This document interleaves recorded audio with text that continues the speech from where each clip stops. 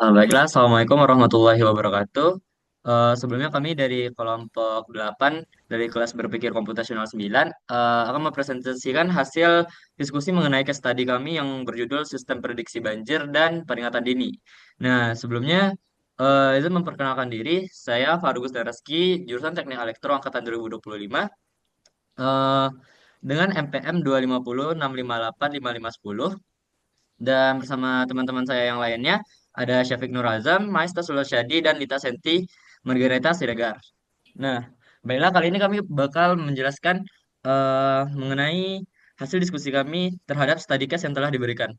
Nah, seperti yang kita tahu, banjir merupakan suatu masalah yang dimana di Indonesia itu sudah dibilang cukup biasa atau bahkan sering terjadi. Nah, banjir ini sampai saat sekarang ini bisa dikatakan bahwa sistem dari sistem untuk melakukan pendeteksian atau peringatan dini terhadap banjir masih dibilang kurang efisien. Dari itu kita memerlukan suatu proses yang mana dapat memberikan atau dapat melakukan sensor secara real time. Kemudian memberikan keputusan logis berbasis aturan dan juga memberikan peringatan yang cepat serta akurat. Nah, dari latar belakang tersebut kami sudah merumuskan beberapa tujuan. Yang pertama, yaitu kami ingin memprediksi risiko banjir dengan mengintegrasikan tren level air dan durasi hujan. Nah, kami juga ingin mengaplikasikan tiga level dalam peringatan dini terhadap kejadian banjir, yaitu yang pertama ada aman, siaga, dan kritis. Nah, kemudian kami ingin mengimplementasikan solusi itu dalam suatu algoritma yang mana kami berharap algoritma ini dapat berjalan dengan efisien dan dapat membantu dalam pendeteksian banjir secara efisien. Nah, dari tujuan itu kami juga merumuskan beberapa asumsi dan juga melakukan beberapa pembatasan masalah. Eh, Beberapanya yaitu pendekatan yang kami lakukan itu bersifat deterministik, yaitu semua hal yang kami lakukan atau semua proses yang kami lakukan itu berdasarkan aturan logika. Nah, seperti contoh di sini, misalnya kami menggunakan logika if then. Contohnya seperti jika level ketinggian dari sungai itu melebihi 6,5 meter, maka status yang akan ditampilkan adalah kritis. Nah, kemudian yang kedua pendekatannya itu ketersediaan data yang historis dan konstanta batasan. Dan yang ketiga, pendekatan yang kami lakukan ini berfokus pada logika kondisional atau bagaimana kami mengaplikasikan berpikir komputasional dalam menyelesaikan masalah ini. Kami bukan secara teoritis mengkaji mengenai fisika air atau simulasi fisiknya. Nah, berikut adalah beberapa contoh sumber data dan batasan yang kami sediakan. Ada data temporal secara real time dan juga batasan kritis atau abstraksi kriteria. Selanjutnya, melalui latar belakang, tujuan, asumsi, dan contoh sumber sebelumnya, ini bisa menjadi sebuah jembatan ke bagaimana kita menerapkan pilar desain, yang mana pilar desain ini merupakan suatu hal penting dalam proses berpikir komputasional, mulai dari memecahkan masalah utama tadi, kemudian menemukan pola di dalamnya, lalu mengabstraksikannya terhadap variabel-variabel tertentu, kemudian merancang algoritma untuk menyelesaikan masalah yang ada gitu.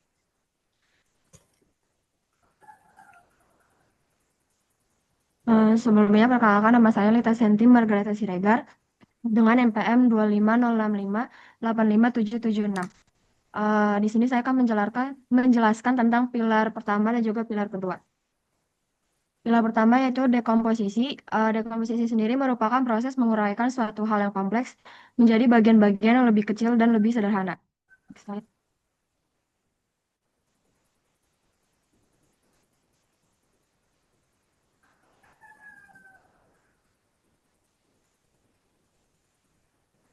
Di dekomposisi, tantangan awal yaitu yang pertama ada kompleksitas logika, yaitu membuat keputusan tunggal dari banyak variabel seperti level air, laju kenaikan, total hujan secara serentak dan sangat rumit. Yang kedua, prinsip berpikir komputasional yaitu dekomposisi. Kita memecah masalah besar menjadi sub masalah sekuensial, ekstraksi pola, kemudian evaluasi aturan dan aksi. Dan tujuan pilar ini yaitu menetapkan alur kerja logis untuk siklus prediksi. Next slide.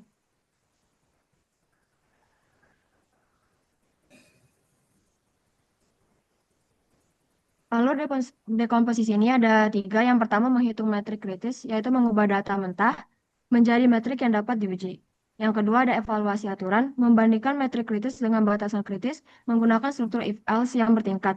Dan yang ketiga yaitu mengirim peringatan, membuat keputusan untuk mengirim peringatan hanya jika risk level meningkat atau mencapai level kritis.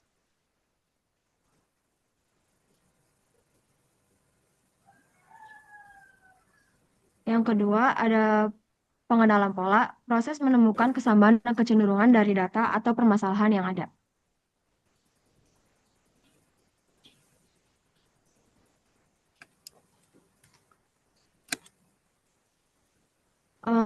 Yang pertama ada pola sub masalah satu metrik. Identifikasi polanya yaitu ancaman banjir selalu melibatkan pola tren dan juga akumulasi. Kemudian pemetaan solusi algoritmiknya diperlukan fungsi calculate matrix untuk mengenali pola ini melalui turunan sederhana dan juga penjumlahan jendela.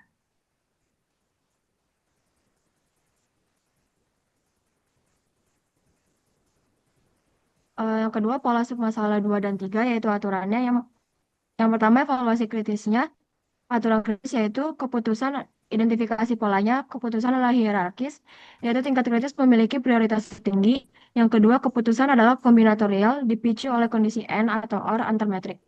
Pemetaan solusi algoritmiknya yaitu pola ini diterjemahkan menjadi fungsi evaluate rules yang menggunakan struktur if-else bertingkat untuk mengevaluasi setiap aturan dari prioritas tertinggi ke terendah.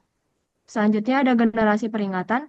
Identifikasi polanya yaitu perlu mekanisme untuk mencegah notifikasi berulang jika status risiko tidak berubah.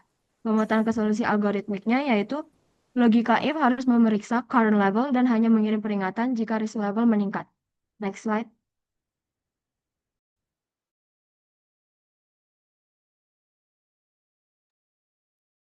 Alur siklus pemecahan masalah. eh, Alur siklus pemecahan masalahnya itu bersifat looping, yaitu yang pertama hitung metrik kritis, kemudian evaluasi aturan kritis if then, selanjutnya generasi peringatan, dan ini dilakukan secara berulang-ulang. Setelah menganalisis pola pada setiap masalah, kita menemukan satu pola paling fundamental, yaitu pola siklus real time atau temporal repetition. Serangkaian tiga langkah, langkah logis yang sama persis, yaitu yang tadi sudah saya jelaskan, dan kemudian implikasi kunci untuk desain algoritma. Pola ini mendikte arsitektur utama solusi, di mana kerangka algoritma harus berupa loop utama yang berjalan secara tak terbatas.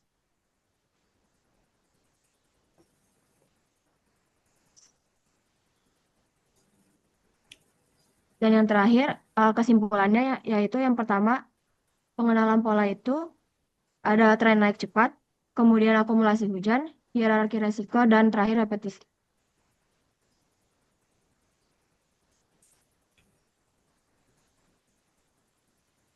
Oke, perkenalkan nama saya Maisa Susadi dengan NPM 2506609 Saya akan menjelaskan mengenai abstraksi yaitu pilar ketiga.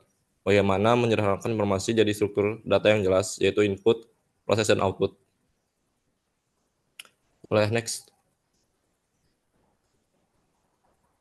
Nah, jadi input itu berisi data sensor dan data ambang. Prosesnya berisi variabel turunan seperti delta level dan range kumulatif.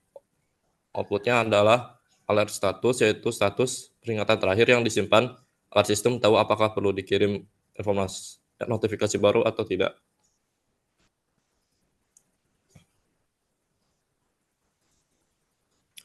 Boleh next.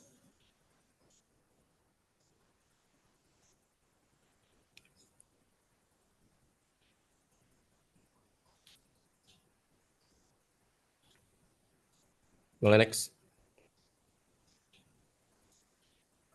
Nah, jadi ada pilar keempat yaitu algoritma dan orkestrasi. Next.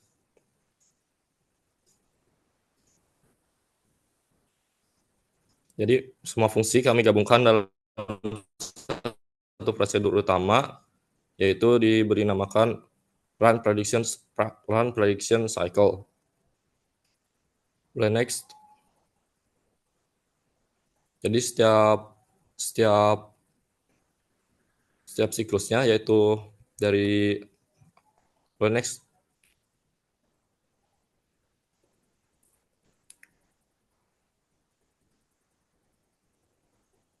Boleh next. Nah, ini dia.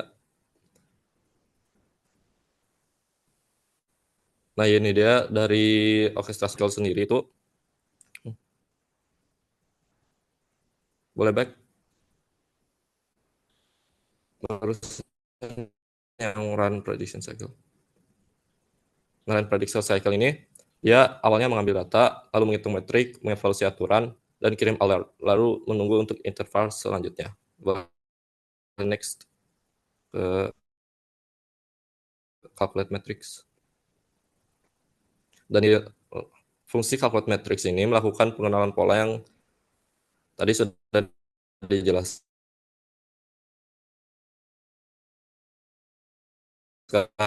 Dia bukan membaca data historik, delta level. Nah, dan total curah hujan dengan operasi pengurangan dan penjumlahan.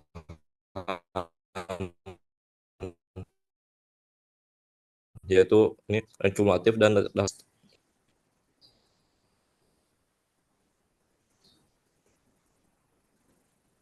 evaluate rules.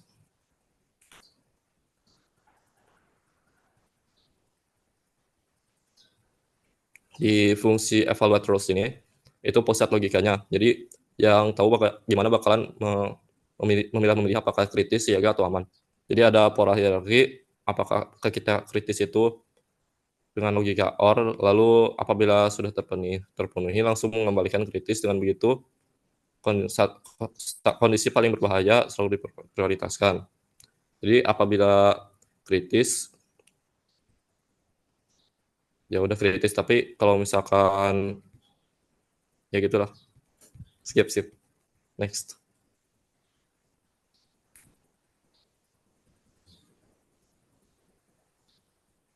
Oke, untuk dispatch alert sendiri ini jadi kayak aksinya gitu dari proses yang sudah dilaksanakan. Jadi apakah levelnya tuh naik atau tidak? Nah, kalau misalkan naik berarti dia akan mengupdate suatu level itu dan mengirim suatu notifikasi. Oke. Mungkin itu aja.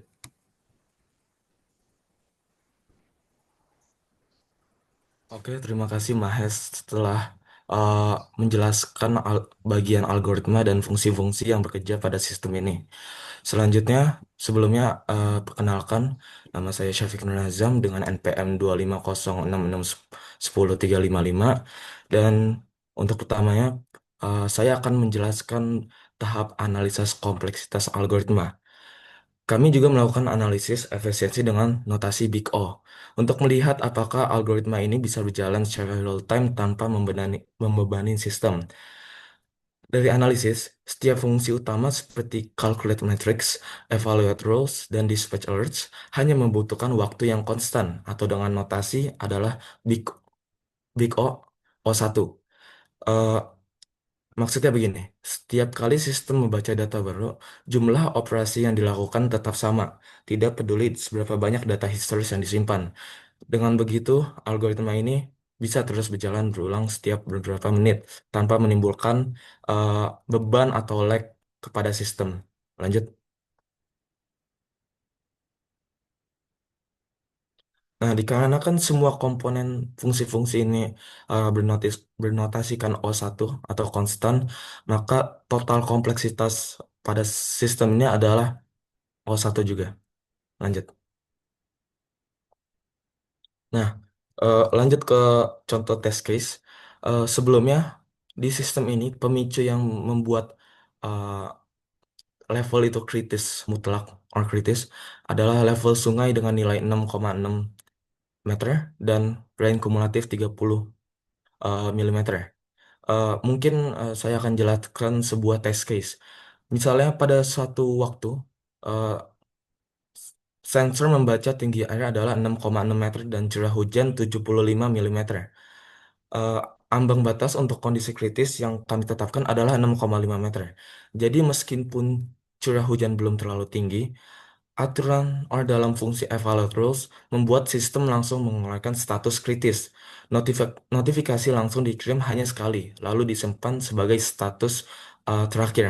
Kalau data berikutnya menunjukkan kondisi masih kritis, sistem tidak akan mengirimkan notifikasi lagi, kecuali kalau data selanjutnya adalah bila levelnya menurun menjadi siaga atau aman. Eh, Lanjut. Nah, bisa disimpulkan bahwa sistem ini berhasil menggabungkan keempat pilar berpikir komputasional dengan baik. Dekomposisi membantu kita memecah masalah, pengenalan pola membuat sistem mampu membaca tren kenaikan air dan curah hujan, abstraksi menyederhanakan data menjadi struktur yang mudah diproses, dan keempat, algoritma menyatukan semua menjadi prosedur yang otomatis, logis, dan efisien tidak membebani sistem. Dengan cara berpikir seperti ini, kita tidak hanya membangun sebuah sistem prediksi banjir, tapi juga menunjukkan bagaimana computational thinking bisa diterapkan untuk memecahkan sebuah dalam case study dalam masyarakat. Mungkin ditutup. Oh, baiklah, terima kasih kepada Syafiq dan juga saya juga berterima kasih kepada teman saya Lita dan juga Mahes atas penjelasan-penjelasan yang sudah diberikan. Nah, dengan berakhirnya penjelasan dari Syafiq tadi, maka berhasil eh, ber maka berakhir pula lah presentasi kami mengenai studi case kami yaitu pendeteksian dan peringatan dini terhadap bencana banjir. Nah, mungkin eh, jika ada beberapa kesalahan atau beberapa kesalahan pengucapan kata yang kami lakukan, kami mohon maaf sebelumnya dan kami akhiri presentasi ini. Assalamualaikum warahmatullahi wabarakatuh.